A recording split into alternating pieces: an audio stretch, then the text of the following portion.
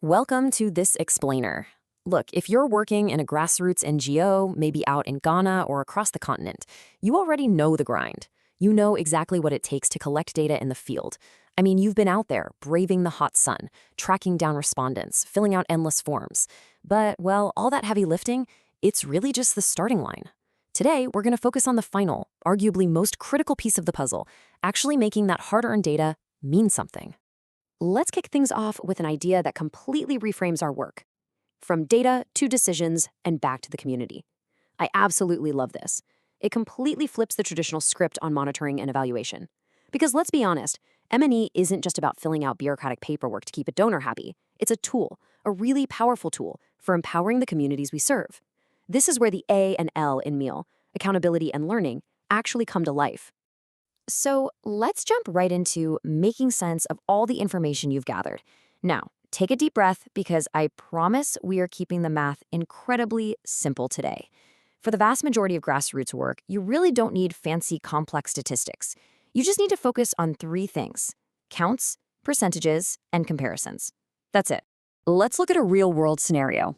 Say you run an N-line survey and you reach, let's say 200 farmers who just finished your training program.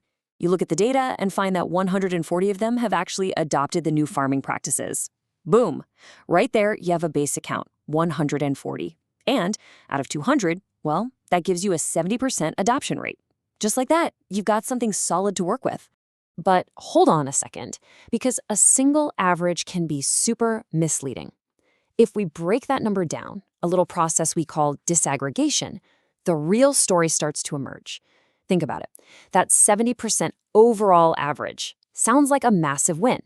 But if you disaggregate the data by sex, a massive gap suddenly appears. You might find that 80% of the men adopted the practices, but only 55% of the women did. This is absolutely crucial because it proves how total averages can completely mask who we're actually missing. Disaggregation tells the real, actionable story.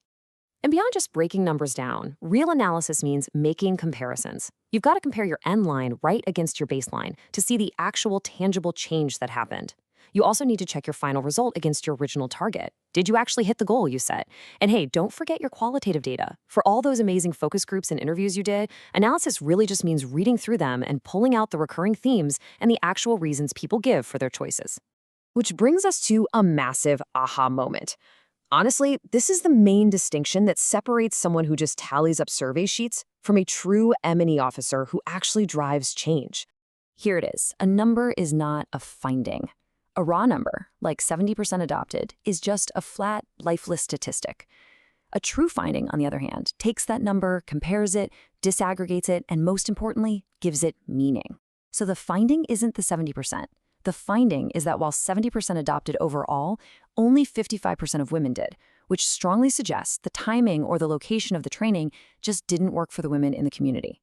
You see the difference? We just transformed a plain old number into a seriously actionable insight. Okay, so once you've got these brilliant findings, you have to write them up.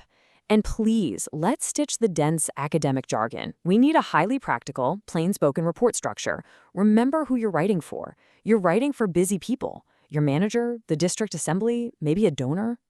So let's walk through a super approachable 5-step checklist to structure this. It turns a dreadful writing chore into a smooth, organized flow. Step 1, purpose. Why does this report even exist? Step 2, what we did. Just a quick note on your methods. Step 3, key findings.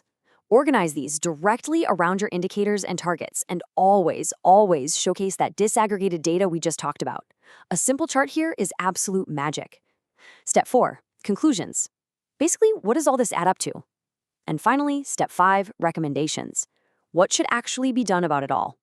Now listen closely because this is crucial. You have to maintain absolute discipline and never ever blur those last 2 steps. A finding is strictly what the data shows. A recommendation is what you think should be done about it. You've got to keep a firewall between these two.